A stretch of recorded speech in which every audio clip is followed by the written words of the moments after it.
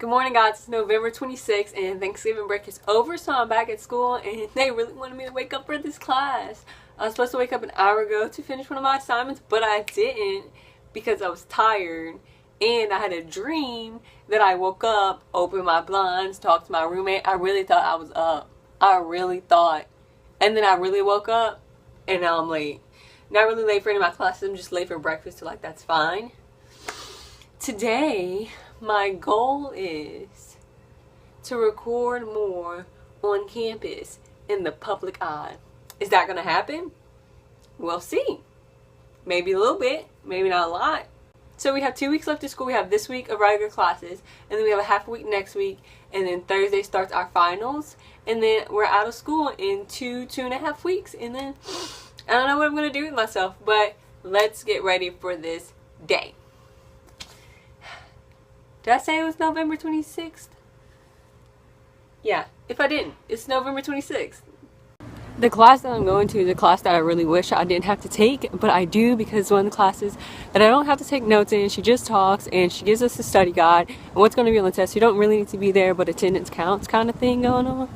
Hey, how you doing? So, yeah, that's where I'm headed. Literally made it here and this door is locked.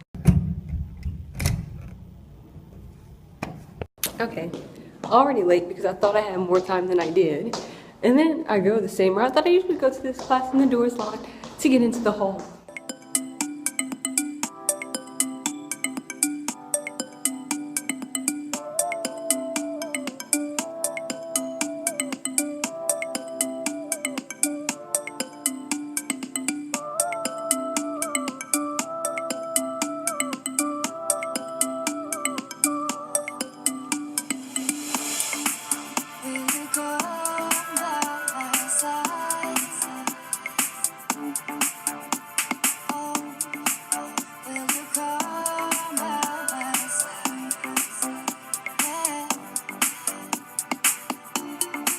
So they put up sticky notes just around this building, and this sticky note, like, I agree with. Here it is. Your test grades don't define your worth. Come on. I just came back to the room. I just fixed my bed and I watched some YouTube. But before I came back to the room, I picked up my sweatshirt. Because we're fancy here.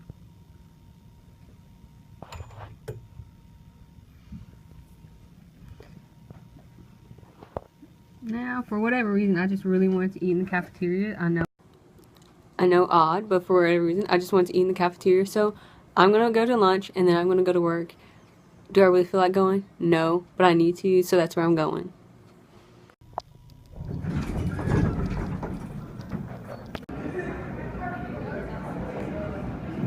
We got some lemonade, we got some salad, some green beans, some meatloaf.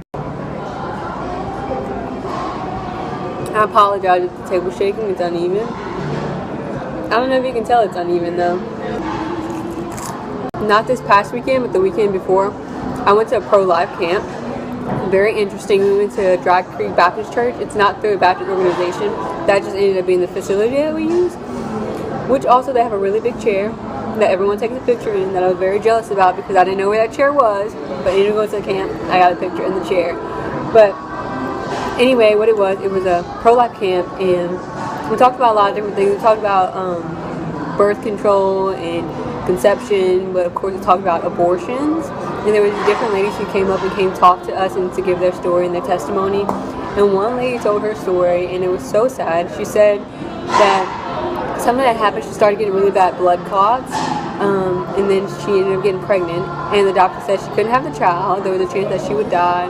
Her family was saying she couldn't have the child.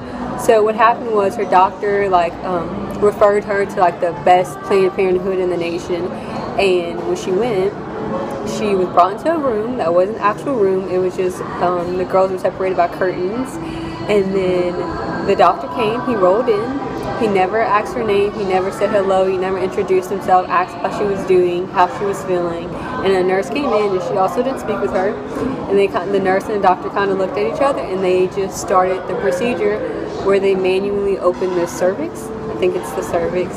and proceed with the procedure. And as she began to say like ow and that things hurted, the lady, the nurse, went behind her and grabbed her shoulder and squeezed her shoulder, and just so she wouldn't scream, she squeezed her shoulder and told her she couldn't scream. So she cried and she was very uncomfortable and it hurted very much, and obviously they weren't very comforting to be with. And then after the procedure, she was brought into a room, maybe for 10 minutes she said, and the lady came back in and said, hurry up, you made your decision, you need to leave, we need to use this room. And she got dressed and they brought her out of the back of the facility, back of the hospital, back of the building, whatever you call this place.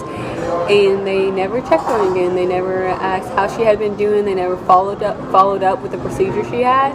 And it was just a very, very terrible experience. After that, she still was having the blood clot problem, but she ended up getting pregnant again, and the doctor told her she also could not have that child, and she said she was not having another abortion. So what happened was she had that child. That child is grown now, and she has 3 great grandchildren. And I thought that story was like extremely amazing, and I'm not eating my food because I'm telling the story. So that was one of the stories. So we also table shaking. I told you guys, I'm sorry.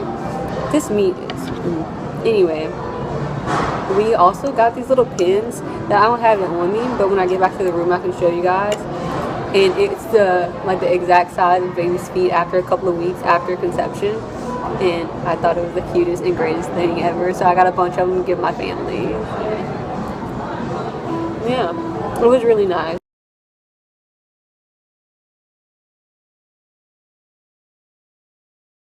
Okay, I'm done. I'm going to work now. A fun time. Have a good day. So in the cafeteria, it's like usually women that's at the front like talking to you before you get your food and things. And all of them, when you go up, like, I'm sure they don't know all of us, but they'll all be like to anyone, be like, hey sugar, hey sweetie, hey baby, how you doing? And it's just so nice. They're the sweetest little ladies in there.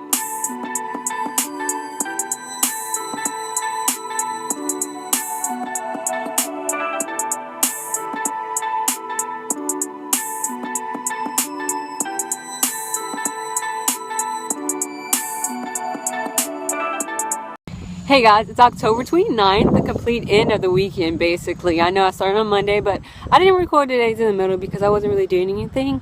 But today I have my first final, really the only final that counts for anything because I'm struggling in this class. So what did I do? I'm gonna go buy some gum, some Hubba Bubba to make me feel better about me probably gonna fail this class. But hopefully not, because we're hoping for the best. We're gonna study and then we're gonna take the final. Back in the room. Time to do some hardcore, compact studying. Okay.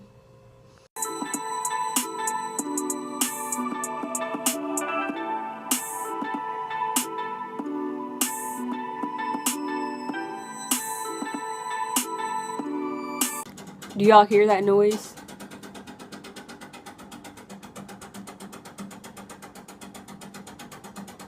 What is that? Why are they making a noise? I'm trying to study.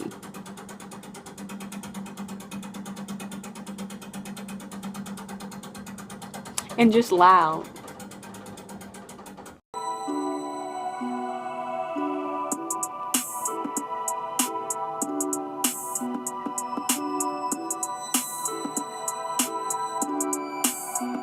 Okay, we're going. We're leaving.